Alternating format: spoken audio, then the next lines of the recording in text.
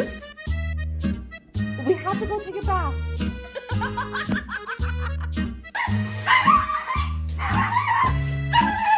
You're my friend now. We're having soft tacos later. Lie down. Lie down.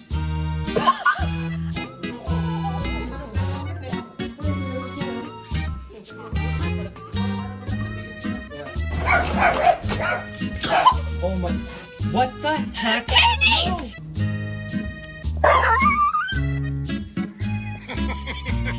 You want a treat? You want to go outside? You want some big booty bitches? Just like your old man. Fix your face. Ew. Okay. Okay. Bath times are going away.